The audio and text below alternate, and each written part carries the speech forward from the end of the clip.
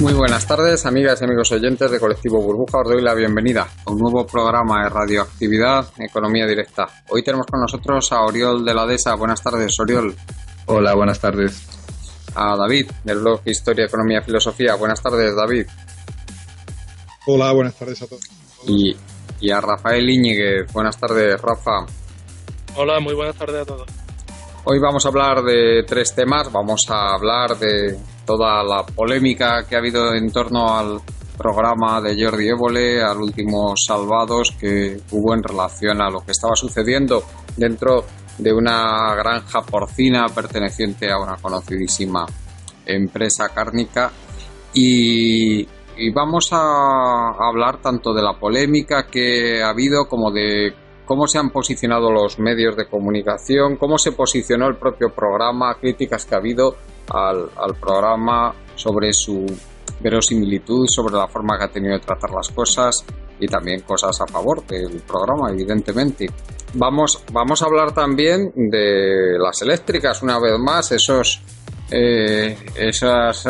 empresas tan peculiares, por decirlo de alguna manera, que tenemos aquí en España, pero que no es el único país donde ocurre, que también hay otros donde si les dejan hacen lo mismo, que es abusar todo lo que pueden de los consumidores. Hablaremos de ello. Y por último hablaremos también pues del tema del lanzamiento de este cohete por parte de la empresa de Elon Musk, del Falcon Heavy, que ha mandado un coche al espacio.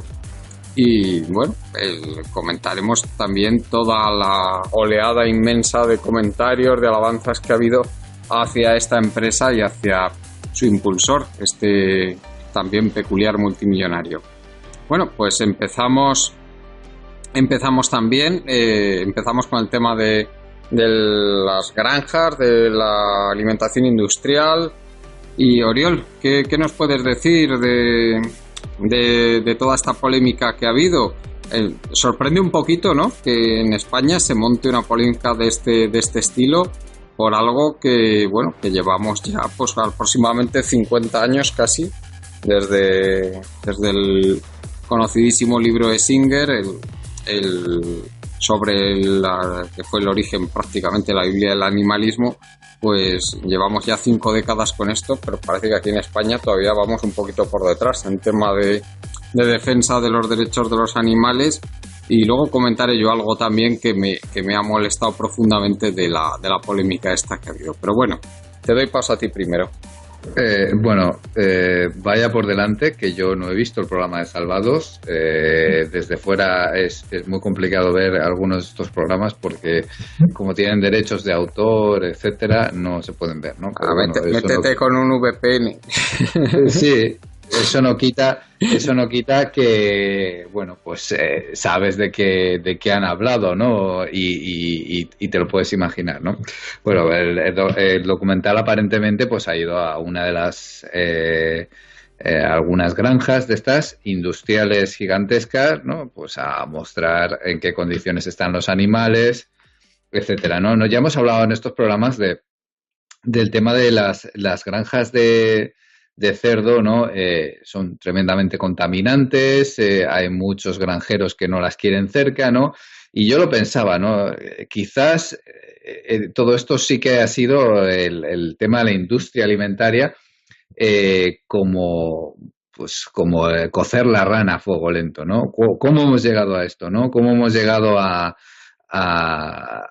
esto? Pues muy lentamente y desde luego, pues igual que el plástico no queremos darnos cuenta de que lo que hacemos de lo que pasa cuando supuestamente se recicla es echar la basura en otro país, pues con el tema de la alimentación pues pasa un poco parecido, ¿no? No queremos ver porque realmente el ser humano tiene una necesidad de ciertos alimentos biológicamente, pues en las grasas, el azúcar, etcétera, ¿no? Y entonces, pues bueno, es un animal muy listo que es capaz de producirlo en masa y con cada vez con más beneficios y con más productividad. Y bueno, pues andamos atrapados en nuestra propia trampa biológica, ¿no? Tenemos mucho deseo por el azúcar, por la grasa, etcétera, ¿no? Entonces, esto nos tiende a, digamos que a poner un velo en la mente que yo he tenido, como cualquier otra persona. Yo ahora no como carne, o en general no como carne. A lo mejor algún tema social podría comer, pero bueno, en principio ha sido mucho por salud, porque bueno, tenía temas, y, y luego también por el que no veía, yo en mi caso no veía la posibilidad de comer carne de una forma o animales de una forma que no sea demoledora para el medio ambiente, para los animales en sí y para la sociedad, ¿no? Estoy convencido que evidentemente cuando se empiecen a aplicar las reducciones por el cambio climático, lo que habrá es unas restricciones a la cantidad de carne que tenemos disponible, ¿no? Eso no quiere decir que no se vaya a comer o que no entrar en el debate, es que somos omnívoros, tal, todo eso es muy bonito. Pero las circunstancias son las que son. Tenemos una población creciente, casi 2/3 partes de la superficie, si mal no recuerdo, de agricultura se dedica a o bien ganadería o bien a alimentos de la ganadería. Con solo, en teoría, creo, si no mal lo recuerdo, puedo patinar en las cifras, pero 1/3 sería lo que el resto, ¿no? Entonces, las matemáticas son muy, muy duras, ¿no? En ese sentido, ¿no? Entonces, yo cada vez llegué a un punto en que, que lo iba viendo más complicado. Quieres reducir las emisiones, quieres reducir tu impacto y, bueno, pues al final tomo mi suplemento de B12, etcétera, ¿no? No quiero entrar ahí en el debate porque es una cosa que además ofende mucho, ¿no? Es una cosa muy curiosa, ¿no? Cuando estás comiendo y no comes carne, hay mucha gente que te interpela, ¿no? No comes carne, eres vegetariano, pero somos omnívoros, bla, bla, y te echa el speech, ¿no? Pero tú no ves el mismo speech a alguien que está obeso, que tiene diabetes, que es una plaga mundial, ¿no? Todo esto, especialmente a lo mejor, puede ser chocante en el caso de gente muy joven, ¿no? De niños, y bueno, pues no ofende tanto, ¿no? Y entonces me puedo imaginar las reacciones que ha habido en España, ¿no? Y en España, tengo que decirlo, a mí me ha sido fácil, bueno, pues, en otros países no tengo tanto problema, pero en España el no comer carne es un problema muy gordo. Países, por ejemplo, Portugal no es tanto problema, que es un país que a lo mejor podemos comparar con nosotros, ¿no? Es un tema muy arraigado, ¿no? En España, y creo que sí que el consumo de carne, evidentemente, podría ser factible, ¿no? Citaban Florent Marcellesi en su tweet, en su Twitter, ¿no? Que de las miles de cabezas de ganado, pues a lo mejor el 5% o el 3% era ecológico y sin estas condiciones tan duras, ¿no? En el caso de las aves es tremendo también. Entonces, claro, uno se tiene que plantear, ¿tengo yo acceso a ese tipo de explotación, a ese tipo de carne? Porque yo creo que a lo mejor grupos de consumo a nivel de carne, pues podrían ser factibles, ¿no? Sin entrar en el tema, en otros temas, ¿no? Y entonces hay otros temas de por medio, ¿no? El antiespecismo, el animalismo. El antiespecismo tiene para mí una carga filosófica muy importante. Y cuando hablas con gente que ha estudiado biología, que controla estos temas, es quienes realmente te lo muestran, ¿no? El antiespecismo es un poco... Cuando yo estaba en el colegio, me acuerdo que, bueno, la educación católica evolucionó hasta aceptar la evolución, pero luego a mí me contaban que lo de Adán y Eva es que Dios vino y al al Homo sapiens pues les dio alma, ¿no? A Adán y Eva fueron por las primeras almas, una explicación, ¿no? Esto lo que quiere decir es que hay una diferencia entre brutal, ¿no? Es como un mundo aparte, el ser humano con respecto a otros animales, ¿no? Cuando hablas con biólogos y con gente que se dedica a los animales, que ha trabajado zoológicos o oceanográficos, pues claro, te dicen que eso no es así, que lo que hay es una escala de grises. Es una escala de grises. Los elefantes tienen ritos funerarios, o sea, se reúnen, sienten el duelo de funerario, tienen una memoria tremenda, tienen deseos de venganza, cuando les has hecho daño se acuerdan, están movidos, tienen cierto componente emocional, son capaces de reconocerse en el espejo, saben que son ellos. Otros animales no es el caso. Podemos hablar del Border Collie. Hay casos de Border Collie, un perro, que tiene un vocabularios de 300, 400 palabras, incluso en 1000 he llegado a leer. Con lo cual, ese tema de que la frontera entre el ser humano y los monos, hubo un debate muy grande sobre el tema de si se podía tener en recintos o en estudios a los chimpancés, gorilas y bonobos, ¿no? Que se consideran monos pues que están cercanos, ¿no? Y entonces luego también hay un tema del animalismo. El animalismo yo lo veo como un punto ya quizás más visceral, más emocional, el de los derechos de los animales por encima de todo, ¿no? Pero y quizás me caigan cates, ¿no? Porque quizás no sepa distinguir bien entre animalismo y antiespecismo, ¿no?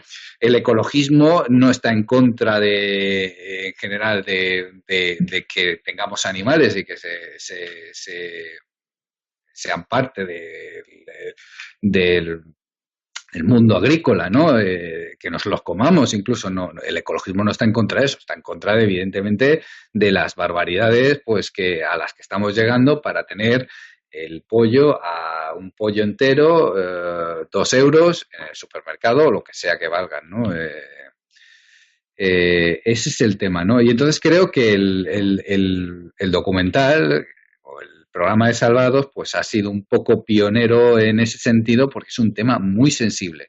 Si yo encuentro a veces gente que te interpela y que se siente ofendida, agredida, yo en mi caso muchas veces les digo, pues no estás feliz, más carne para ti, ¿sabes? O sea, se sienten ofendidas, ¿no? De lo que yo pueda comer o lo que yo pueda dejar de comer, ¿no? Entonces, pues bueno, es una opción muy personal, ¿no? No es perfecta, evidentemente, pero es que yo veo que las circunstancias del mundo son las que son, ¿no? Entonces, es un tema muy delicado, ¿no? Y bueno, paso la palabra y creo que pues doy un punto de inicio, ¿no? al debate, ¿no? Es un tema muy interesante el cómo valoramos a las especies, ¿no? Si son morales, no son morales. Hay muchas connotaciones, ¿no? Y lo que hay es una escala de grises. Somos animales listos, somos monos muy listos, pero somos, o sea, no hay yo lo tengo clarísimo, no hay una frontera, no hay una diferencia absolutamente radical, totalmente separados del reino animal, ¿no? Evidentemente no tenemos, o sea, estamos en un punto de evolución muchísimo más alto, ¿no? Pero eso tampoco quita que los animales sean una cosa de la que podemos disponer o de la que es moral hacer lo que nos venga en gana con ellos, ¿no? Eso es un tema que es filosófico y que es muy profundo y que, bueno, empieza a calar en muchos sitios. Sí, bueno, es bastante conocida los razonamientos que hacía Peter Singer, ¿no? En su libro El Liberación Animal sobre cuando hablaba de los argumentos de que si los animales no tienen el grado de conciencia que tienen las personas, pues decía, entonces, ¿qué pasa? Que usted aprobaría el que se hagan experimentos con bebés que tampoco tienen el grado de conciencia, o con personas con discapacidades intelectuales, o con ancianos con Alzheimer, que se hagan experimentos ya que tampoco tienen ese grado de conciencia que usted dice que es el requerimiento para no sufrir determinado tipo de trato que tienen los animales en las granjas industriales. Bueno, pues digamos que ese era el razonamiento de Peter Singer que me parece bastante contundente. Luego, respecto a lo que dices de si es difícil o no en España, yo contaré un caso personal. Yo tengo una hija que es vegetariana, tiene ahora 13 años y bueno, ya me costó muchísimo, ya que está en esa época todavía de desarrollo y que tampoco come absolutamente todos los alimentos de origen vegetal para tener una dieta equilibrada, pues me costó muchísimo convencerla de que comiera huevos ecológicos y leche ecológica. Y carne y pescado, pues eso, vamos, desde luego ni lo prueba. Pues ha tenido unos problemas enormes, en el colegio con otros niños cuando se han enterado de que es vegetariana, pues ya parece que lo van aceptando, pero de meterse con ella, de hacerle burla y este tipo de cosas, ¿eh? Eso para que veáis a qué nivel estamos en España con el tema este del vegetarianismo o el veganismo o el no consumir alimentos de origen animal. Y sobre lo que a mí me ha molestado muchísimo del tema de la polémica que se ha habido con el programa de Salvados es que parece, o al menos esa es la impresión que me ha dado a mí, que una de las mayores polémicas ha sido sobre si metían determinado tipo de carne que había en la cadena alimentaria humana, o sea, para la comercialización, que al parecer pues no cumplía determinados requerimientos que debería cumplir. Pues bueno, parece que ese es el peor problema que tenemos que ese es el peor problema de una granja de estas industrial, si hay una carne que en determinadas condiciones que se ha metido en la cadena en la cadena de comercialización y todo pues ese no es el principal problema que dicen o que decimos los animalistas. El principal problema que decimos es el maltrato brutal que sufren los animales de las granjas industriales. No sé, a mí eso me ha molestado bastante porque yo creo que sí, que puede ser un problema sanitario y tampoco demasiado grave y también bastante restringido, ¿eh? No creo que fuera, que eso sí que no creo que tenga una gravedad extrema. Bueno, en fin, doy el paso a David, que creo que David nos querías hablar también de otro problema sanitario y este sí que es grave que tiene la ganadería industrial. Sí, bueno, yo no vi el programa entero, vi una parte y claro, se veía perfectamente que iba a ser bastante polémico, ¿no? Por el contenido. Curiosamente, hay dos partes del documental, ¿no? Una que ha resultado muy polémica y otra de la que no ha hablado nadie.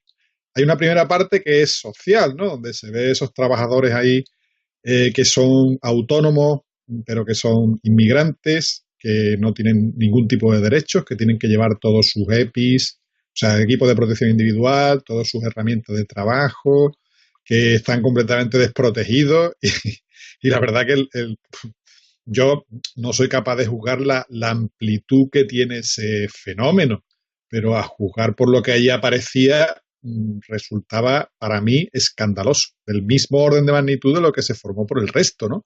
De lo que no se ha hablado. O sea, eso me ha pasado completamente desapercibido, lo cual dice mucho de un poco del juicio que hace la gente de lo que ve, ¿no? Eso es algo que no le atañe, que es un problema de los negros, parece ser, o algo así, no lo entiendo. Yo la verdad que era la parte quizás para mí más retadora, ¿no? del programa. Después la segunda parte, bueno, pues la verdad que sí, que puede ser un tema puntual, quizás no sea tan fácil extrapolarlo todo a lo que se vio, ¿no? Y yo creo que, bueno, hay dos cosas que sí se vieron. Bueno, uno, efectivamente, la forma en que están hacinados los animales y otra, las condiciones, digamos, físicas, ¿no? De estado de salud, que, bueno, quizás está relacionada una cosa con otra. No sé si eso es así, o sea, si el problema ese de los animales es tan grave, no creo. No, como bien decís, puede ser que no sea la muestra representativa. El hacinamiento sí es representativo.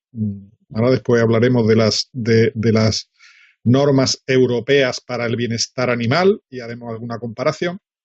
pero hay otra serie de problemas que no se ven, que no son fácilmente visibles y que se pasó un poco por encima en el programa, aunque se citó también, creo, en una de las entrevistas a un veterinario que hablaba un poco sobre, que era vegano, curiosamente, y se dedicaba precisamente al control de ese tipo de... Y él mismo, que era vegano y veterinario, decía que, bueno, que él controlaba, ¿no? Que había un control, o sea, no se permitía, por ejemplo, que algunos animales allí con deformaciones y tal pasaran hacia los mataderos industriales y tal, ¿no? O sea, que de alguna manera, efectivamente, hay un control.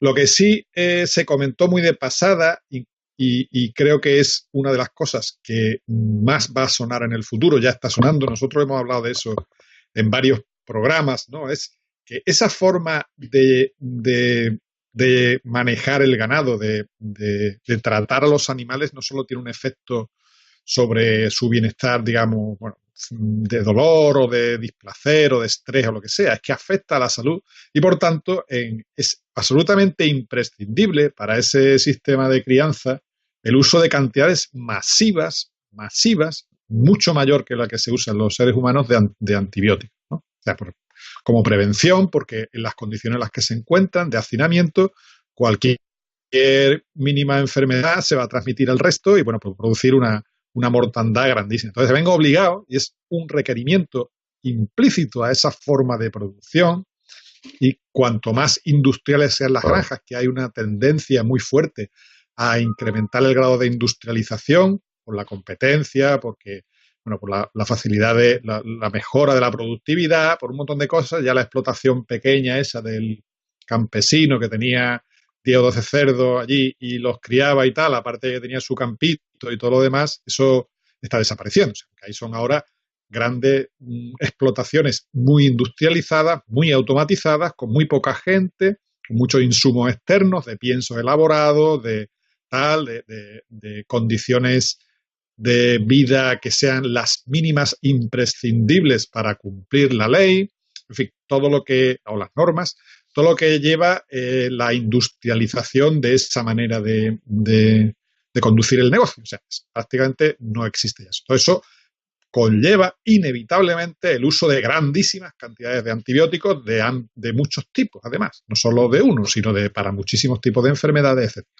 Lo que está advirtiendo ya la Organización Mundial de la Salud, que no estamos hablando de la Organización de Veterinarios de no sé dónde y tal, o uno que da una entrevista en el Confidencial, como también he visto hablar, he leído una entrevista en el Confidencial hablando precisamente de ese programa, diciendo que eso no tiene ningún problema, porque a los cerdos se les deja una cuarentena para que no transmita, para que ningún medicamento llegue a las personas. Eso no tiene nada que ver con el problema absolutamente nada que ver. O sea, el problema de los antibióticos no tiene absolutamente nada que ver con la cuarentena de los cerdos y que alguien coma o no coma antibióticos. No tiene nada que ver. El problema de los antibióticos es mucho más difícil de evitar que pueda tener impacto en las personas, porque hay bastantes vías donde la resistencia antibiótica de las bacterias que están dentro de los cerdos puede acabar en bacterias que afectan a la salud de los humanos, que ya lo está haciendo, por cierto, ya lo está haciendo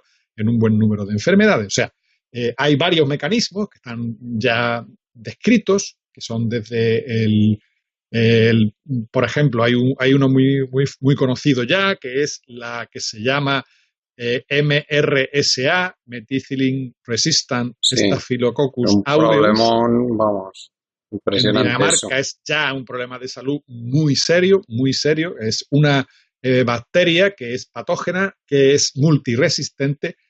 Primero, era una bacteria humana que provocaba ciertas enfermedades de Staphylococcus aureus en el hombre. La cepa pasó a los cerdos, en los cerdos se hizo resistente y ha vuelto a contagiar la cepa CC398 a los seres humanos. Está creando un problema en Dinamarca, que es un gran exportador, lleva ya muchísimo más tiempo en el resto de los países europeos, con un sistema intensivo de cría porcina. Tienen un problema bestial, o sea, es algo así como el 70 al 80% de todas las granjas se estima, porque no hay verdaderas campañas serias de análisis, etcétera, se estima que tienen contaminación. Los cerdos tienen esas cabañas contienen la bacteria con multiresistencia para la meticilina y el Staphylococcus aureus. Entonces, y ya ha habido un grado también de contagio bastante fuerte de gente que es que no tiene tratamiento. Hay que decir que ese tipo de infección afecta fundamentalmente a las personas sanas. Normalmente afecta a crear unos problemas en la piel, una especie de pequeñas infecciones, se parecen a los barrillos, ¿no?, que tienen de la adolescencia, el acné juvenil. Parece acné, pero más grande y más desagradable, con más pus, etcétera, ¿no? Pero no llega a ser para las personas sanas. El problema es cuando eso llega a personas que no están en las mismas condiciones de salud. Por ejemplo, gente que está en los hospitales, gente mayor, niños, etcétera, donde el problema del Staphylococcus aureus puede generar otro problema. Aparte de las propias organismos que están en los cerdos, las bacterias tienen una capacidad muy grande de transferir su material genético hacia otras bacterias de especies diferentes a las mismas. O sea, el mundo bacteriano es muy promiscuo y son capaces de intercambiar su material genético con muchísimos tipos de bacterias, de otro tipo de especies, de otro tipo de cepas, etcétera, que no son directamente, digamos, próximas a ellas, ¿no? O sea, y eso está reputado. Se esperaba que la resistencia a los antibióticos, ya lo descubrió un japonés en los años 50, fuera un proceso muy lento de adaptación evolutiva darwiniana, y entonces pues fuera por la casualidad, que hubiera mutaciones, que de pronto nada de eso ocurre. O sea, el momento en que hay una resistencia se transmite horizontalmente, se llama así, transferencia horizontal de genes, a un gran número de bacterias que no tienen nada que ver unas con otras. Eso se reputó de por qué había crecido la resistencia bacteriana a la velocidad que lo ha hecho. Entonces, aparte de las que esas bacterias que ya están en el medio pasan a las redes por los líquidos fecales, etcétera, pasan a las corrientes de agua, a los arroyos, entran en contacto con otras bacterias, los propios trabajadores que están allí tienen intercambio con ellas, y también se ha encontrado bastante parte de bacterias que son inmunoresistentes, o sea, resistencia a los antibióticos en la propia carne, o sea, en la carne, en muestras de carne, de determinados productos frescos y tal, de carne molida, de carne tal, se ha encontrado, por ejemplo, este tipo de bacterias, ¿no? O sea, existe una gran cantidad de vectores que pueden hacer llegar este tipo de bacterias hacia donde se encuentran las personas, fuera de las explotaciones, y además existe el riesgo, que ya se está viendo, de que esa resistencia de un tipo de bacterias se transfiera a otras que pueden ser mucho más peligrosas para el ser humano o peligrosas para el ser humano en determinadas condiciones. Lo mismo un ser humano después de una intervención de corazón abierto, por ejemplo, o una apendicitis o cualquier cosa, que una persona que está completamente normal y que no tiene ningún tipo de intervención quirúrgica o de situación vital normal. O sea, aunque sea una Escherichia coli, en el caso de que una bacteria que se encuentra en el intestino, que lo tenemos todos, pues a lo mejor una herida, si es resistente a los antibióticos, puede originar un problema muy distinto que en condiciones normales, ¿no? Es decir, el problema de lo que ha pedido formalmente la Organización Mundial de la Salud, lo que ha recomendado es que se dejen de utilizar antibióticos, salvo en casos de extrema necesidad. Lo mismo que está ocurriendo con las personas, que ahora mismo cuando vas a un médico prácticamente te receta la dosis mínima y ya no te dan ni siquiera cajas enteras, sino para un periodo de 2 semanas o algo así, porque se pretende que las personas no abusen de los antibióticos precisamente para evitar las resistencias antibióticas en el futuro, pues lo mismo están pidiendo. O sea, no demos preventivamente nada de antibióticos a los animales, no demos antibióticos para el engorde, no hagamos un uso irresponsable de los antibióticos. El problema de eso, que ya lo saben todas las autoridades y todos los organismos, incluso la Organización Mundial del Comercio, es que el sistema industrial de ganadería no sobreviviría nada. O sea, no vivirían unos pocos meses o algún año, porque los problemas serían bestiales, porque todo ese sistema está sostenido por esta forma artificial de mantener sanos, entre comillas, con 7 comillas, sanos al ganado en sí, en la forma en que están viviendo, ¿no? Entonces, bueno, pues esa para mí es una de las lecciones fundamentales de que no precisamente no hace hincapié, el programa hace mucho hincapié en lo visual en lo espectacular, que es animales con deformaciones y tal, que yo creo que dentro en general, del cuadro que representa el problema de la alimentación de la industria cárnica, tal y como está concebida, creo que es una parte menor, junto con precisamente la situación de los trabajadores, ¿no? Que para mí es lamentable, es escandaloso. Rafael, adelante. Bueno, ya está dicho casi todo. Podría ser una especie de resumen, una llamada de atención a todas las alertas que ha destapado la visita de este periodista a esta granja, ¿no? Y bueno, pues esto no es más que una luz de alarma más que se nos enciende, en este caso porque ha sido una llamada de la sensibilidad, de la calidad o la forma de vida de estos animales, con ese hacinamiento, esa concentración y ese entorno industrial en el cual, pues, para alimentar a las 7.400 millones de habitantes que existen en la Tierra, que debemos tomar proteína o estamos acostumbrados a tomar proteína o estamos muy desarrollados porque tenemos una calidad de alimentación muy buena por tomar carne y tomar proteína concentrada, pues hemos hecho que la producción tiene que ser absolutamente industrial. Para que sea industrial, pues tienes que tener un entorno absolutamente, entre comillas, controlado y pasar por un proceso en los cuales pues ocurren estas cosas, ¿no?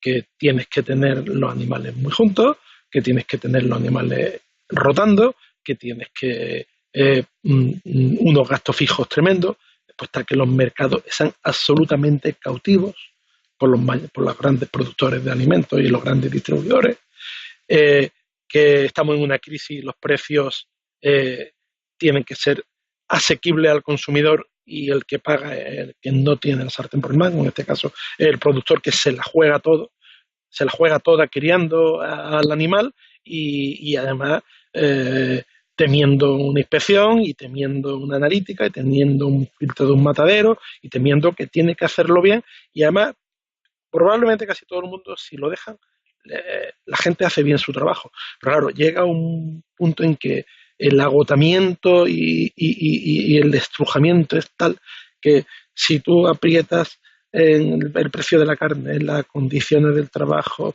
en los sueldos de los empleados, en el tratamiento de los excrementos y de las purinas, etcétera, etcétera, etcétera, te quedas con que todo está absolutamente concentrado y falta de rentabilidad o una rentabilidad en determinados sectores muy, muy, muy, muy comprometida. Entonces, al final, ¿qué es lo que ocurre? Que las voluntades humanas en un determinado punto pueden hacer las cosas mal y como además son temas y entornos que los conoce solamente el profesional que trabaja ahí, pues es muy difícil de detectar por el resto de consumidores, que somos los que vamos al final a un centro comercial y compramos la carne en una bandeja con un plástico por encima y nos fiamos de que todo está correctamente hecho, ¿no? Bueno, por suerte conozco a personas del gremio de la veterinaria y ellos, yo puedo hablar por la gente que conozco, intentan hacer el trabajo lo mejor posible. De hecho, esto ha escocido bastante a los veterinarios, este programa, porque bueno, dan a entender como que los trabajos no se hacen todo lo bien que se tiene que hacer, etcétera, etcétera. Bueno, yo creo que los trabajos están bien hechos. El mayor filtro es el matadero.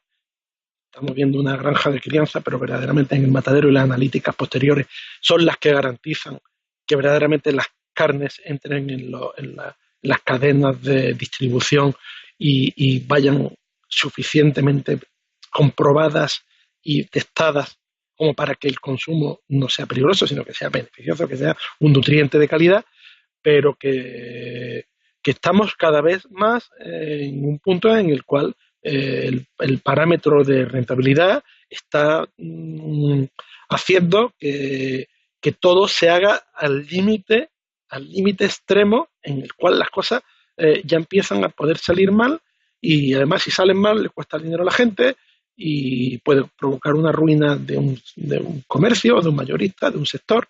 Y bueno, que tenemos que plantearnos quitar el estrés que tenemos sobre esta parte de la cadena de alimentos, como en todo lo demás. O sea, hoy leía también que la interdependencia de los fabricantes de granos, como por ejemplo de los fabricantes de los cultivadores de trigo alemán, es total con respecto a que ahora mismo el trigo de pienso está más caro que el trigo para panificar. O sea, los sectores son tan interdependientes, las corrientes de flujo de materiales para poder satisfacer una y otras partes de la industria son tan graves y tan fuertes que los flujos no pueden parar, porque prácticamente colapsaría. O sea, el que colapse los mataderos, colapse los cerdos, pues hace que colapse el fabricante de masador de pienso y que colapse el que cultiva el maíz o el tipo de grano que le dé a determinadas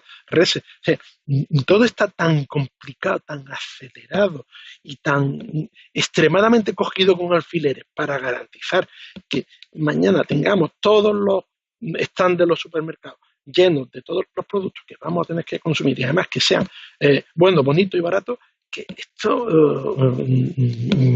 se le ve unas patas cortas, ¿no? Se le ve que verdaderamente estamos en una fragilidad que es justo lo contrario que se busca al realizar todo este proceso y tomar todas estas medidas, ¿no? No sé si querréis añadir algo más sobre esto o pasamos ya al tema de las eléctricas, como queráis. Sí, yo quería añadir pues si me permites, David, dejamos primero a Oriol y luego ya intervienes tú y ya enlazas con lo de las eléctricas también, David. Sí, adelante. Adelante. Yo muy breve, recuerdo que en la granja de un amigo pues sacrificamos un cordero y le ayudé, ¿no? Para ver si era capaz, ¿no? Creo que los seres vivos toman vida, ¿no? Es una parte de la realidad natural. Pero hay que darle un punto de reflexión a todo esto, ¿no? Quizás reducir el consumo de carne es bueno para el planeta. Digo reducir, ¿no? Uno no tiene por qué hacer lo que yo hago o lo que hace tu hija, evidentemente. Y bueno, tener siempre muy claro, pues bueno, informarse bien, ¿no? Pero bueno, creo que es posible hay un margen de mejora bastante amplio en este tema, ¿no? Y que la gente, pues, no se sienta ofendida y que, bueno, intentemos trabajar por mejorar las cosas. Y nada más eso.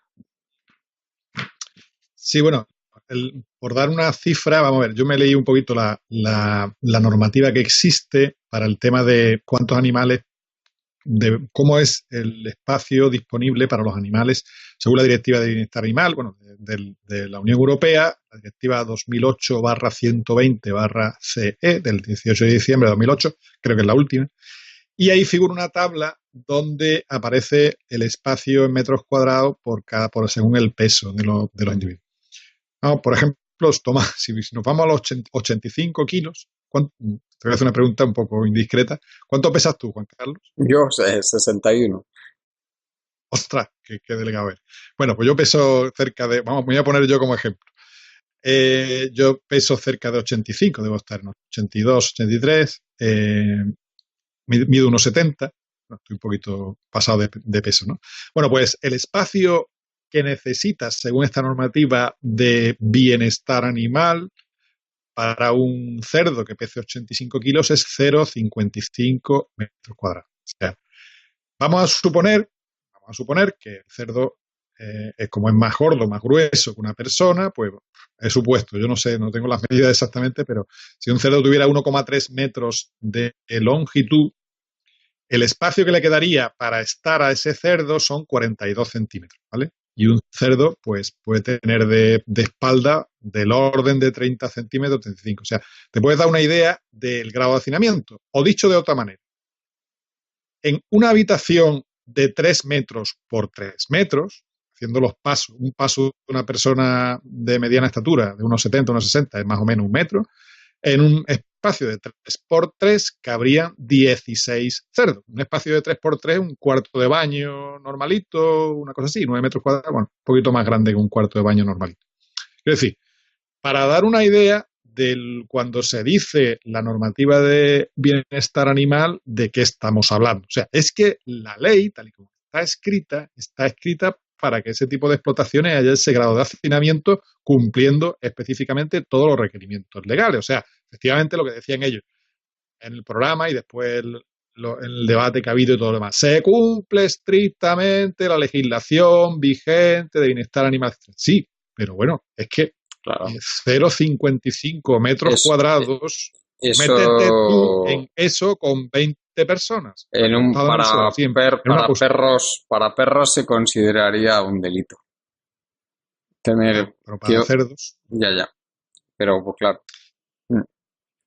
Bien, en general el comentario final es eso, que efectivamente yo no soy vegetariano, mis hijos pues tampoco lo son, sobre todo, pienso que la dieta tiene que ser variada, eso sí, lo que sí creo que la evolución que ha habido en los últimos años y la tendencia general es a eso, a cada vez más consumo de carne, cada vez la gente consume menos legumbre, la dieta mediterránea, que tiene una parte que también es de carne y de pescado, pues cada vez, digamos, esa parte, la parte que no es carne y pescado, es cada vez menor y hay una influencia muy grande creo también, del mundo anglosajón, de las hamburguesas, de los perritos calientes, de la carne en general, del incremento del consumo de carne, que no es nada bueno ni para nosotros, ni para el planeta, ni para nadie, ¿no? O sea que yo creo que lo que dice Oriol tiene mucho sentido. Muy bien, pues si quieres, David, a no ser que Rafa quiera añadir algo más, pues pasamos ya al tema de las eléctricas, sobre todo precios de la electricidad.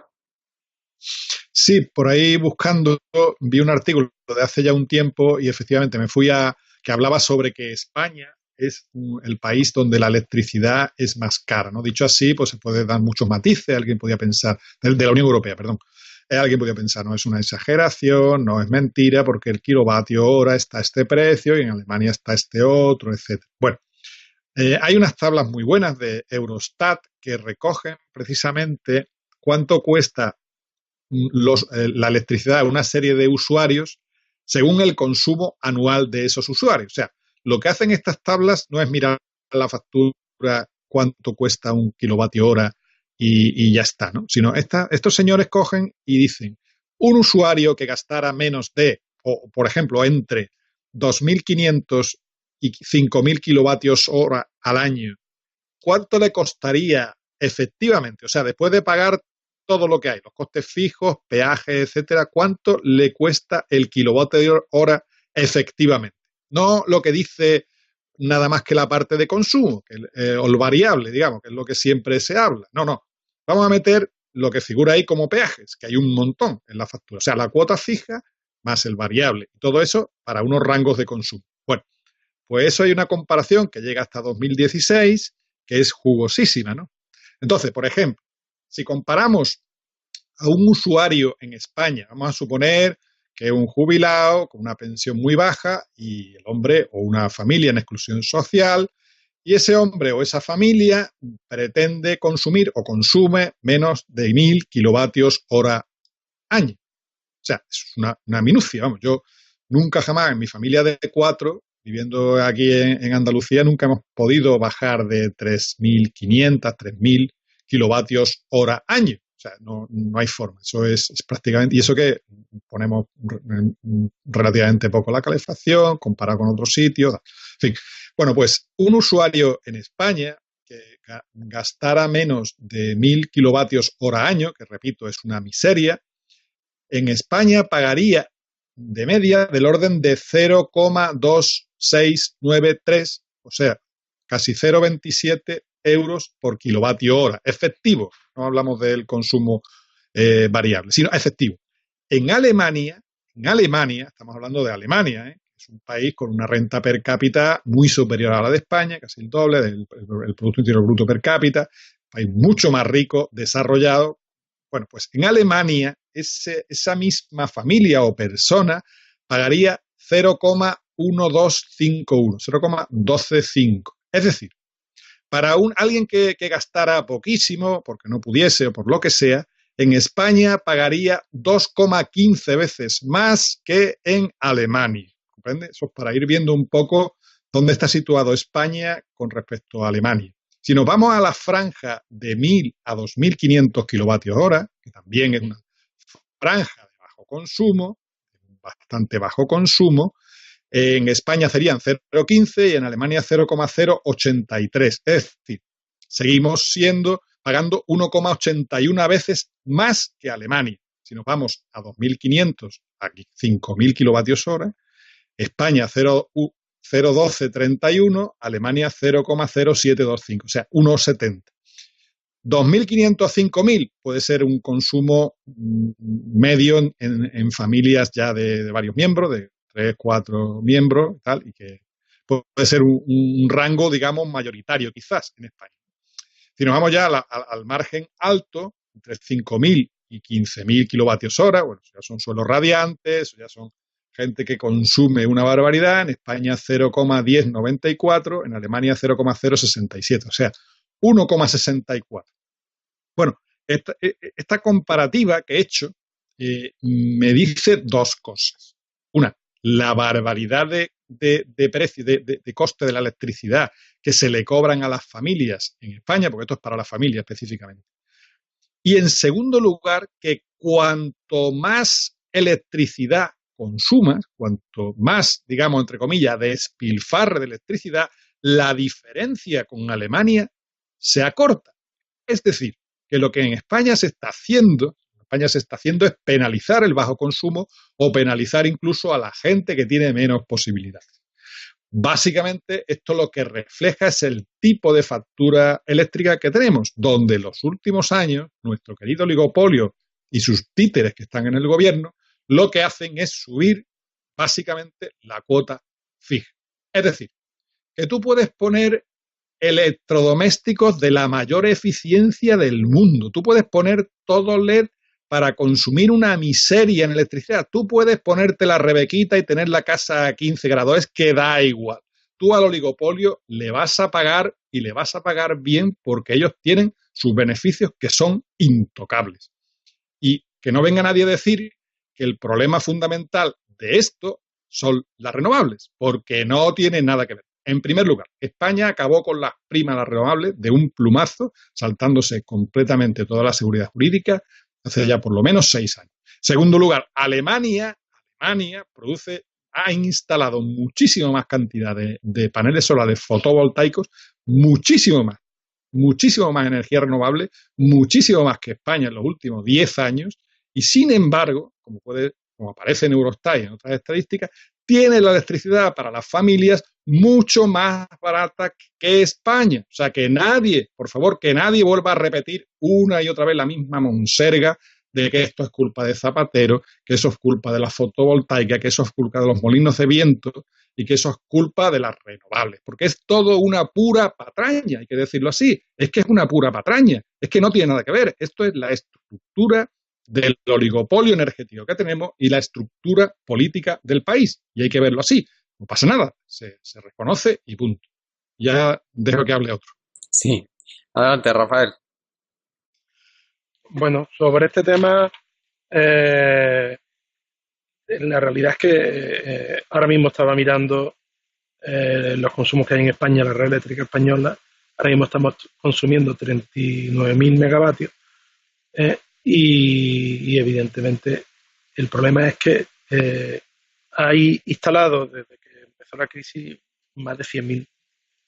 Y entonces pues tenemos ahora mismo pues 65.000 megavatios parados. Y además parados los caros. Y esos caros, que fueron la mayoría renovables que no están recibiendo primas, sí se financiaron.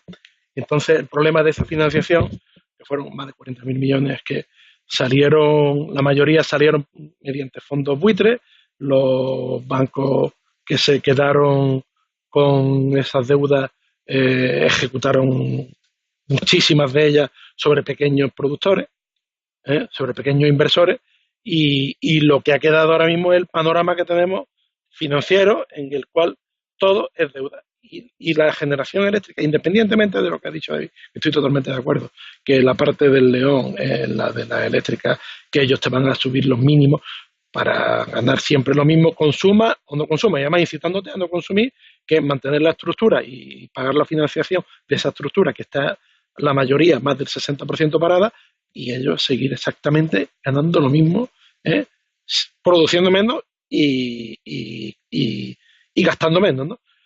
Esto tiene una doble visión. Una es la falta de protección absoluta que tiene el ciudadano español ante los oligopolios, evidentemente, que hay de la generación de energía, de casi todo tipo, pero vamos, en este caso de la eléctrica, y claro, pues que también ellos, como la situación que tienen es una situación que económicamente está bien sostenida, ¿no? Pero técnica y financieramente es una situación al límite de la bancarrota.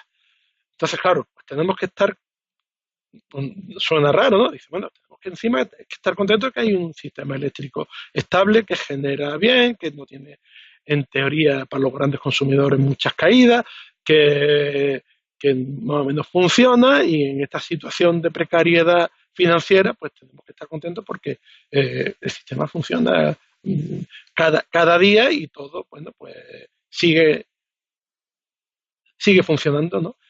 Las renovables, evidentemente, costaron mucho dinero, se pagaron y fuimos innovadores a un tremendo precio, y ahora mismo están produciendo suficiente electricidad para cubrir pues quizás el 25 o el 30% de la base del consumo nacional, pero evidentemente tú tienes que tener el respaldo de todas las centrales de gas preparadas para consumir y pagar el precio del gas que hay ahora, que es relativamente elevado. En España, pues, podemos decir que no somos un país rico. La visita a cualquier país rico que hayáis hecho cualquiera de vosotros, lo primero que se ve en un país rico es que la energía es muy barata. O sea, el índice de riqueza y el índice de flujo de capital es muy similar al índice de flujo de energía real. Y aquí, en España, la mayoría de la energía es importada, la fósil es importada casi al 99%, el petróleo al 99%, y entonces pues no puede ser de otra manera que la energía no sea cara. Ahora, en los niveles de desproporción de la carestía que tenemos, porque el resto de los países europeos, muchos de ellos importan muchísima energía también, el nivel del dolor en la factura, el pain que nos cuesta pagar, que hay en España, es desmesurado. ¿Por qué? Pues porque hay unos colectivos y unas empresas grandes que tienen el mercado absolutamente cautivo, nada más que tenemos que ver la ley del sol, es imposible entrar, es imposible, leí el otro día que Nadal hablaba, el ministro de Energía, de que todos los decretos que saca el ministerio, todos son recurridos por todas las eléctricas en bloque, por todas las energéticas en bloque, y además se lo ganan luego en los juzgados, y no sirve para nada legislar porque prácticamente el flujo de lo que el resultado de los precios y de la oferta y de la producción y del sistema que tenemos ahora mismo de adquisición de precios es un absoluto desastre, y nadie se atreve a tocarlo. Nadie se atreve a tocarlo porque estamos absolutamente cautivos de que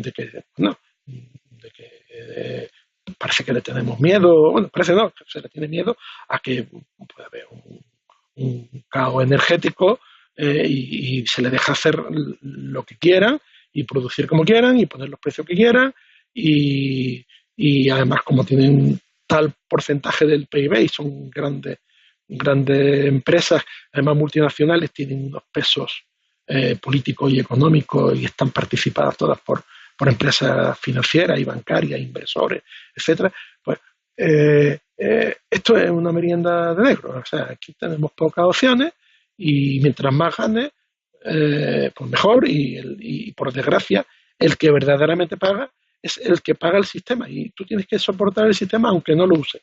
Y el mínimo, y ahora con los contadores estos inteligentes que detectan absolutamente todos los consumos, las medias, los picos, todo está en tu contra para que estés muy controlado, bien amarrado y pagando la energía potencial que puedas pagar carísima y la que consumes también carísima.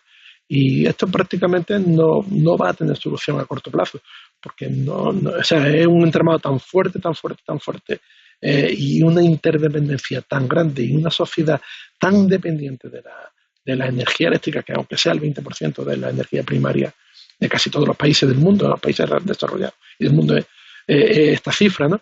Que ese 20% es imprescindible para que todo funcione. Y ellos lo saben y se aprovechan y bueno, y mientras haya deuda y todo funcione así y ellos sean los beneficiados, ¿quién lo va a cambiar si me va bien? ¿Yo para qué lo voy a cambiar? Si el gobierno no es que es el único que me podría hacer cambiar, tampoco puede conmigo. Si los tribunales tampoco pueden conmigo. Y si dejas de pagar, te corto la luz. Si no hay nada más que ver la nueva legislación que hay ahora para el modo social, que es prácticamente imposible de conseguirlo, con unos requisitos inalcanzables para darte unas cantidades de energía irrisorias. En fin, 3.600 kilovatios al año, se supone, por punto de acceso. No tienen en cuenta si en esa persona viven 1, 2 o 3 personas, ¿no? O 4 o 5. O sea, una familia que sea vulnerable, le van a dar los mismos kilovatios si vive un anciano o si vive un matrimonio parado con 5 o 6 hijos. Da igual. Ellos dan un suministro, una bonificación al suministro que llega al 40% en una cantidad fija de kilovatios al año. Son cosas que tú, y además el precio que está el kilovatio aquí, bueno, como ha dicho David, de los más caros de Europa, ¿no? Comparable con Malta, como si se produjera, todo con motores diésel.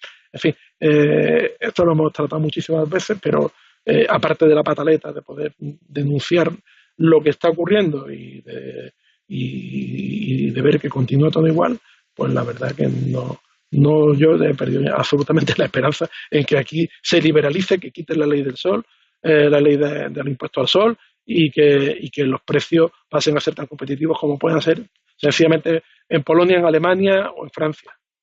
Pero bueno, esto es lo que tenemos y de momento, pues, gracias a Dios, pues, podemos ir pagando el que pueda y ya está. Sí, adelante, Oriol. Sí, bueno, incidir en la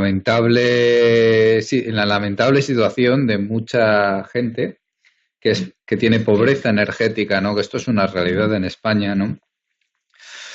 Como comentaba David, bueno, está hablando de precios de la electricidad muy caros para consumos bajos. Quizás esos altos en los que ya empieza a ser competitivo es una manera de compensar a la gran industria, ¿no? Para que no se marche del país, ¿no? Por los elevados costes de la electricidad que tienen que pagar al final el currito de a pie y tiene que pagarlo porque el sistema eléctrico español está planteado pues como si fuera para un país de 70 millones de habitantes, porque al final hay mucho de esta oligarquía de empresarios y de grandes empresas, ¿no? Que viven al calor de esas grandes obras públicas, ¿no? Y de esas mega infraestructuras, ¿no? Se puso el impuesto al sol para intentar revertir un poco esa subvención que planteó el gobierno de Zapatero, ¿no? Pero ni por esas, han cancelado todo tipo de subvenciones a las renovables y la situación no hace más que empeorar. La verdad que las estadísticas que nos pasó David a mí me dejaron sorprendido, ¿no? Es que España tiene el precio de la electricidad parecido, el que se le parece es el de Malta, ¿no? Y Malta es una isla pequeña, sin capacidad de otra cosa, como bien comenta Rafa, de quemar en generadores el fuel directamente en el puerto, ¿no? Para generar la electricidad en un sitio pues donde no hay prácticamente muchas más otras posibilidades. Bueno, podrían, supongo, poner molinos offshore, ¿no? En sus aguas territoriales, ¿no? Molinos eólicos, ¿no? Pero evidentemente es un país que lo tiene complicado, ¿no? Irlanda también es un poco, está incluso más barata, ¿no? Que en España, ¿no? Cosa que es increíble, ¿no? Pero en Irlanda también es una isla, está alejada, bueno, pues, alguna central hidroeléctrica hay, pero vamos, y molinos y tal. Yo compro todo 100% renovable, pero la hay, pero realmente, claro, es una isla, ¿no? Y ha renunciado a cosas como la energía nuclear, etcétera, ¿no? Entonces, el tema español es difícil de explicar. Y sobre todo la penalización, ¿no? Esos bonos sociales no tienen en cuenta si la familia necesita la electricidad para calentarse. Estamos hablando de unos consumos de electricidad que esos bonos sociales lo que van a cubrir es la luz y la nevera prácticamente y la televisión, ¿no?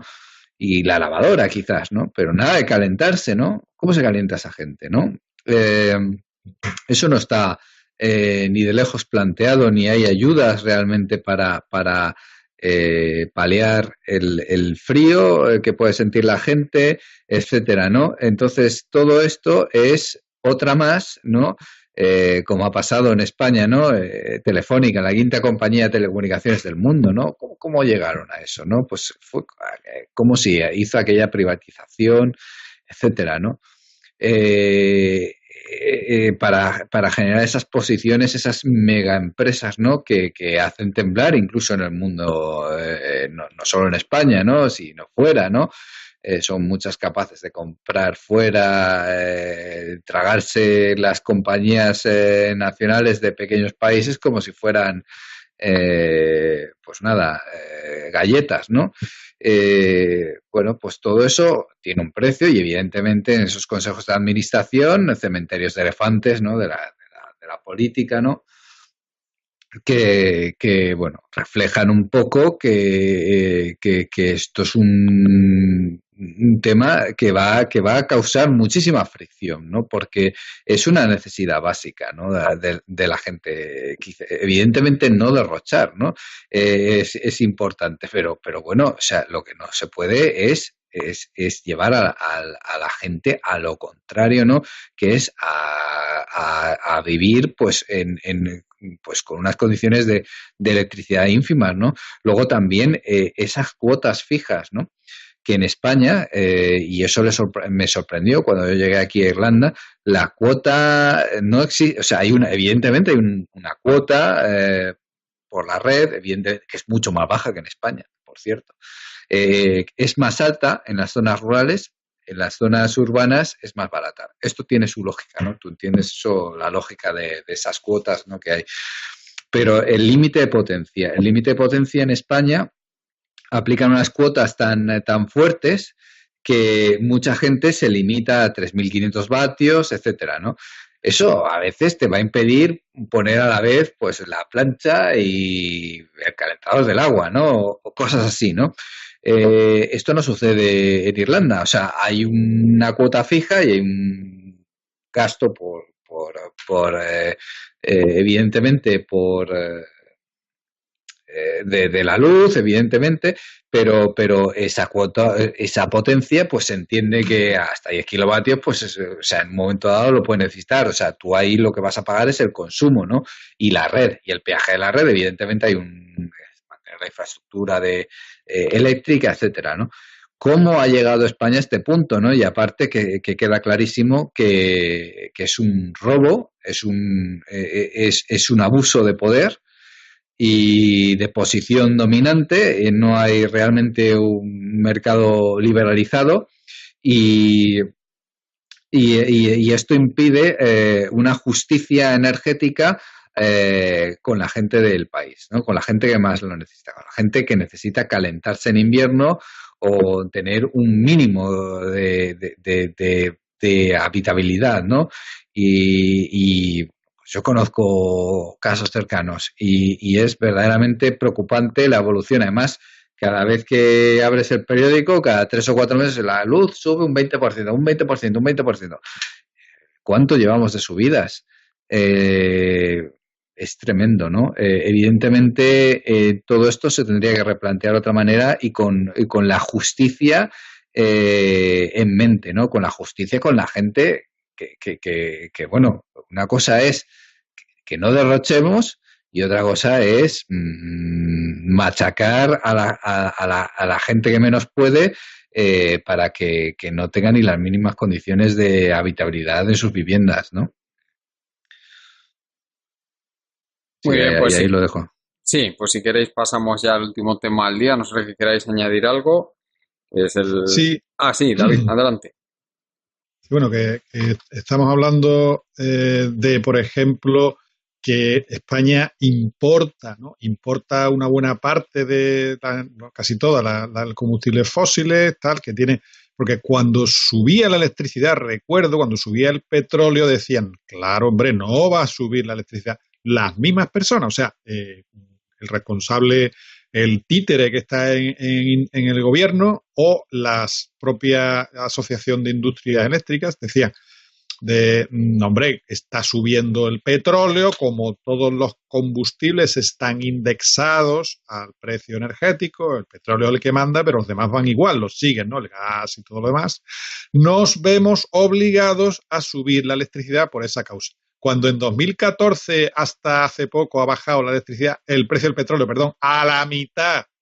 ¿Se ha notado algo? No, ha seguido creciendo y creciendo y creciendo con la misma tendencia que venía antes cuando subía el precio de la electricidad. O sea, mentiras. O sea, no hay ninguna correlación sobre ningún aspecto objetivo que de verdad incida en los costes. Simplemente son decisiones puramente políticas de beneficiar a determinados colectivos, ¿no? Y, por ejemplo, lo que se dice, ¿no? Que se hicieron no sé cuántos ciclos combinados, que se hicieron no sé cuánto, que se hizo la prospección esa de, ¿cómo se llamaba? El de Florentino, para el gas. Eso era, el castor. El castor, ¿no? Todo eso. Bueno, pues la gente cuando se mete en negocios tiene que asumir algún riesgo, ¿no? O sea, yo hago un ciclo combinado porque tengo una previsión de... Pero, ¿qué pasa? Que aquí nadie, todo lo paga los mismos, todos los riesgos son para los mismos, para el que paga al final los impuestos o la electricidad. Es que no existe ya ningún tipo de riesgo en aquellas personas que hacen una inversión, es que todo está completamente,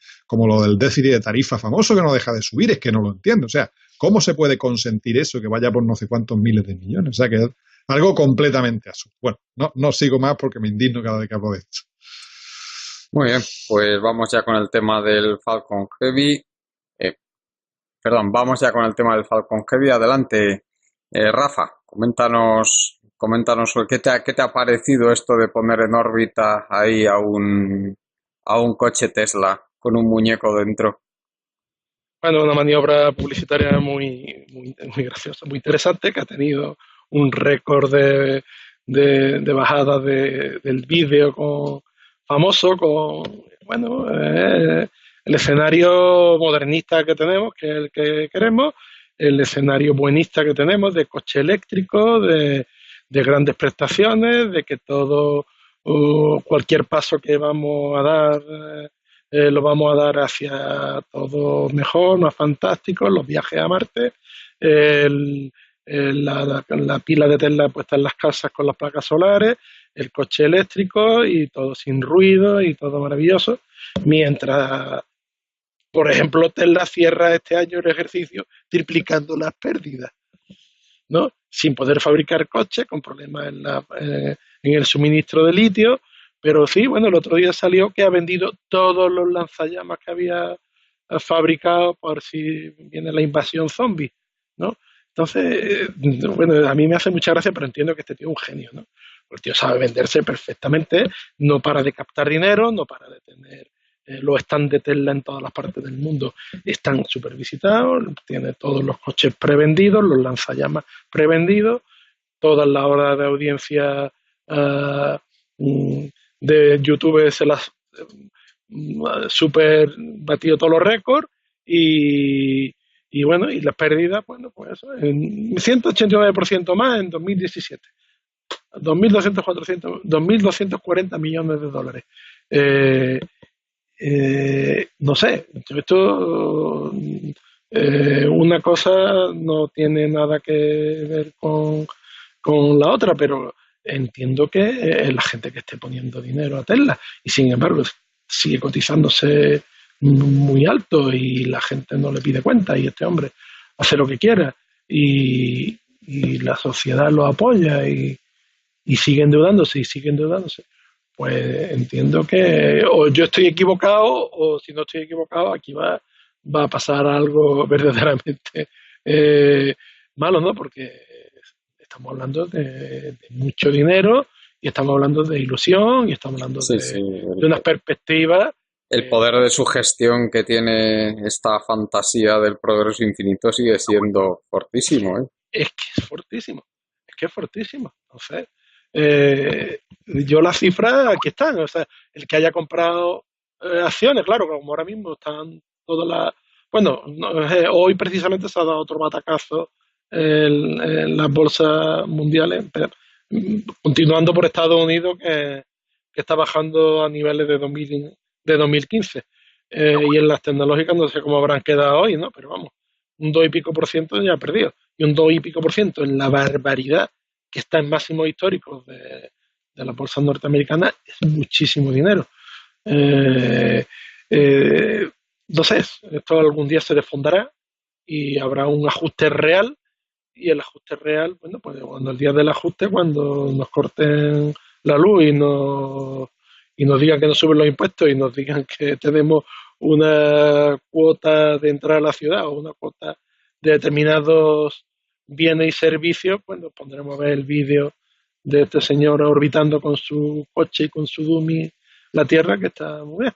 Pero bueno, como eso es lo que queremos, pues nada, el hombre es inteligente y él se aprovecha de que el mercado admite esto y más y el mercado le da dinero para que siga el circo y el espectáculo funcionando y nadie le llama la atención y mientras se saca esto estás viendo esto en YouTube o estás viendo eh, la entrevista con él y viendo el anuncio de Tesla, pues no estás viendo otras cosas que te están amenazando.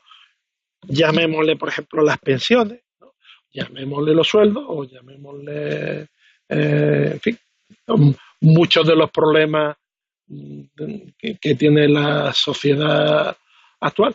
En fin, yo lo veo una maniobra muy inteligente, pero en fin, lo veo en fin, la frivolidad que avanza a unos pasos agigantados. Sí. Pues Oriol, adelante, coméntanos, ¿qué te ha parecido a ti esto? Bueno, no sabía que lo tenían aquí retransmitiendo en directo, ¿no? Bueno, efectivamente, bueno, pues es una gran maniobra publicitaria, un test que han hecho y bueno, está por ver si evidentemente es hasta dónde van a llegar, ¿no? Evidente, la tecnología que tiene los cohetes de Tesla, evidentemente es impresionante, ¿no? Con esas recuperaciones, eso hay que reconocérselo. Ahora otra cosa es ver si en el tema de los coches los podrán hacer baratos. El camión ese eléctrico es algo como todavía más galáctico, ¿no? ¿Os acordáis que presentaron uno? Y bueno, es posible que en el futuro pues a lo mejor les vaya bien, pero yo ese futuro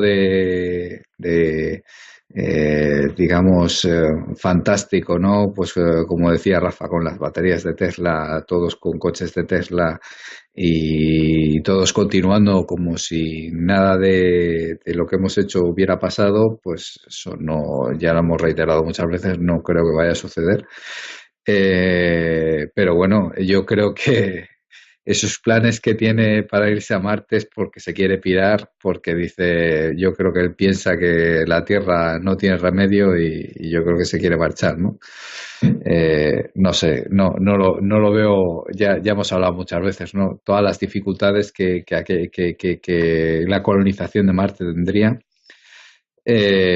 Bueno, y nada, simplemente que bueno, a ver hasta dónde llega, pero efectivamente es un gran, se vende muy bien a sí mismo y Elon Musk y creo que es un valor que está de moda, ¿no? Es muy de esta generación y tal, ¿no? Esa capacidad de de conectar y de inspirar a la gente, que no vamos a negar que eso lo sabe hacer, ¿no?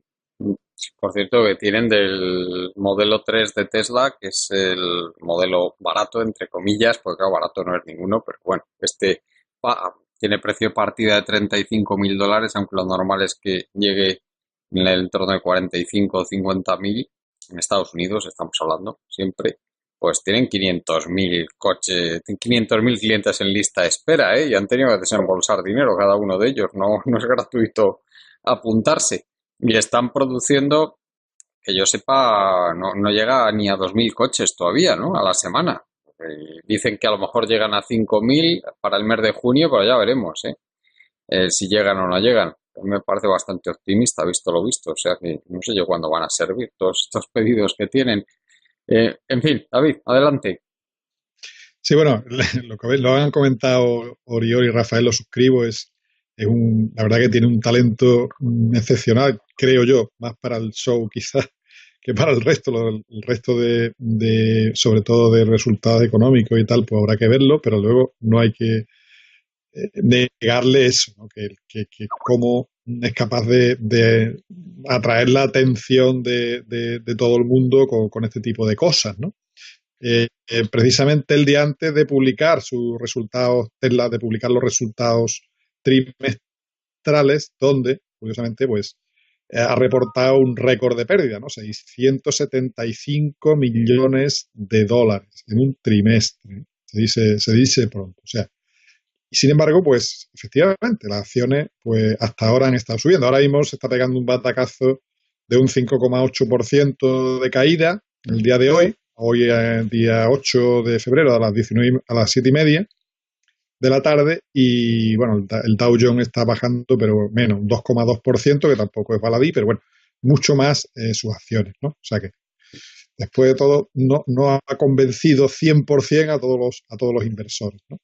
Efectivamente vende muy bien ese tipo de fantasías, ¿no? De glamour, la mezcla esa del espacio exterior con coches que, bueno, son teóricamente para salvar el planeta y tal, de la capa de las emisiones de CO2, etcétera. O sea, hay una mezcla ahí entre el lujo, la velocidad, la tecnología, la sostenibilidad, el espacio. Es como una especie de bola, de gran bola, ¿no? que tiene montada, bueno, y los zombies también con los lanzallamas, eso que ha sacado, ¿no? Pues una especie de todo el conjunto de mitos modernos, todos revueltos, ¿no? Y hecho una especie de presentación o de esquema fantástico, que la verdad que acaba seduciendo a los inversores, porque vamos en un programa que ya había superado en valor a la compañía Tesla, que no deja de perder dinero a grandes productores tradicionales, ¿no? Como General Motors o Ford, etcétera, ¿no? Bueno, no sé si General Motors lo había superado, pero a Ford, ¿no? Bueno, el problema se verá a más largo plazo. Ahora, de luego, convence por este tipo de cosas, no por la cifra de negocio o por las perspectivas, ¿no?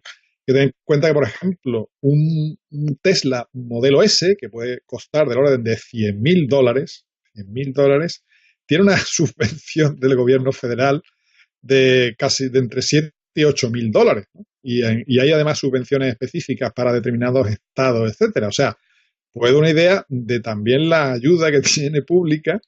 Por supuesto, un gran cliente el Ministerio de Defensa para los satélites y tal, para la NASA le ha ayudado muchísimo con todo. O sea, es un niño mimado un poco de todo el establishment de allí de Estados Unidos, y mundo financiero, porque lo está sustentando, ¿no? Pero bueno, a efectos prácticos, por ejemplo, con el modelo 3, pues ha producido 2.500 y a la semana o algo así, el régimen de producción, y tiene unos problemas de cuellos de botellas bestiales, ¿no? Que tenía que estar ya suministrando una cantidad infinitamente mayor de lo que hace ahora mismo, ¿no? O sea, desde el punto de vista de juzgar, pero no se juzga así. O sea, es un poco una burbuja, pienso yo, y en general los resultados no se juzgan por los aspectos, digamos, contantes y sonantes, sino por este tipo de cosas, ¿no? De sueños, fantasías o presentaciones que están bien, bueno, puede servir como un espectáculo más, pero bueno, la verdad es que no le veo tampoco mucho sentido, que no, en el tiempo pues ya se verá, ¿no? Yo creo que no, todas estas fantasías no se llevan a término, los viajes a Marte, como la colonización de Marte, o el proyecto de crear una civilización, nada más y nada menos que en Marte, ¿no? Todas estas cosas, el Hyperloop ese, el proyecto ese que también tiene un retraso bestial y unos problemas también técnicos brutales de un método de transporte. Llaman Hyperloop porque va a alto vacío y es un tren de altísima velocidad, ¿no? Que cuando se hace un poco se revisa los requerimientos que tiene toda esa construcción para que no haya un accidente, para que sea tal, pues son muy, muy, muy complejos. No son muy complejos, son muy difícil que eso tenga una fiabilidad suficiente y sobre todo que tenga un mercado, porque ya no se trata solo de conseguir que las cosas funcionen técnicamente bien, sino que además haya un verdadero mercado para absorberlo, ¿no? Y que aquello se pueda sostener a sí mismo, sin ayudas públicas, sin formar una especie de esquema Ponzi donde el dinero de los inversores se usa para ir tapando los huecos, sino que aquello tenga una sostenibilidad futura. De todos los proyectos esos, del Hyperloop, o de un sistema, quiere también hacer un sistema de transporte entre ciudades basado en sus cohetes, etcétera. Bueno, son fantasías, pienso yo. Tienen unos retos técnicos bestiales que no consigue ni siquiera poner en marcha una red, una cadena de montaje de un coche, el modelo 3, que tendrá sus complejidades, pero algo, creo, superado, ¿no? Pues complicado que eso llegue a término, ¿no? Y bueno, pues es el mundo que tenemos, ¿no? Es el tipo de individuos, digamos, que por lo menos consiguen, creo, transmitir un poco esa fe en el progreso indefinido, esa fe en que, bueno, pues todavía podemos continuar con la carrera espacial, todavía nos queda la frontera del espacio, podemos llegar a otros mundos, quién sabe si podemos, digamos, llegar a las galaxias, podemos conseguir que el hombre sea una especie que colonice el cosmos y todo ese tipo de cosas que, digamos, ya venían un poco de capa caída y que este hombre, pues capaz, creo yo, de un poco elevar un poquito los ánimos, ¿no? Al respecto, ¿no? Y poco más. Muy bien, pues no sé si queréis comentar algo más sobre este tema. Creo que tú, Oriol, querías decir algo sobre un tema del otro día, el meltdown, ¿no? Hacer una puntualización antes de acabar. Bueno, hubo un oyente que se quejó bastante de mí porque, bueno, sí, yo tenía que haber explicado mejor y con el paper del meltdown, pero bueno, el caso es que la caché es difícil, pero la caché de los procesos protegidos en el procesador, pues puede ser deducida, ¿no? por un atacante, por un programa maligno. Es difícil. El parcheado, bueno, se ha estado parcheando todos los servidores, todos los sistemas operativos. Hay cierta inestabilidad con el nuevo microcódigo de Intel en algunos procesadores que hemos experimentado. En algunos casos, pues hay pérdidas de rendimiento y, bueno, yo lo que quería enmarcar, evidentemente, no es una cuestión de alarma y tal, pero porque evidentemente, como dije y como quiero dejar claro, evidentemente vamos a parchear y se va a, digamos que a proteger los sistemas, ¿no? Pero evidentemente es un indicativo, al igual que lo de Volkswagen, ¿no? Evidentemente que hagan trampas en las emisiones, ¿no? Para pasar los exámenes, el coche detecte que le están haciendo un examen de emisiones y se ponga a hacer trampas. Evidentemente eso no te va a matar, ¿no? Eso no mata a la gente, eso no provoca en general o puntualmente más calentamiento global, pero es una muy mala práctica industrial y es un indicador, y eso es lo que queríamos enmarcar en la cuestión de esta carrera por hacer procesadores más rápidos, que pues se han obviado ciertos controles que deberían de estar ahí, ¿no? Porque otros procesadores no han tenido este problema, ¿no? Y bueno, hay mucha gente reputada que ha dicho y que ha testificado que, por ejemplo, había ingenieros de Intel, porque esto no se ha sacado de la noche a la mañana, ¿no? Esto se venía hablando de estas posibilidades hace unos años, ¿no? Y ahí había ingenieros de Inter, ¿no? Y no decían nada, ¿no? Y debían de estar al tanto, ¿no? De que esto al final sería posible o no sería posible, ¿no? Entonces, es para mí muy comparable a lo de Volkswagen. Volkswagen está vendiendo un 15% más este año. A la gente le da igual, evidentemente, pero una cosa no quita la otra, ¿vale? Y disculpas a los oyentes, evidentemente, por mi parte, pues siempre intentamos mejorar. Muy bien, pues muchas gracias, Oriol, como siempre. Si nos das alguna referencia para seguirte. Sí, en Twitter como Oriol de María y ahí también en GNU Social, pero bueno, podéis en Twitter aparece como seguirme también por ahí, ¿vale? Pues muchas gracias, Oriol, como siempre, Rafael. Muchas gracias. Sí, pues muchas gracias. Y si nos puedes dar alguna referencia para seguirte. Bueno, en mi perfil de Facebook en Debate de la Energía y en Facebook también de Crisis Energética, pues publico algunas noticias y artículos. Gracias. Muchas gracias. Gracias, Rafael.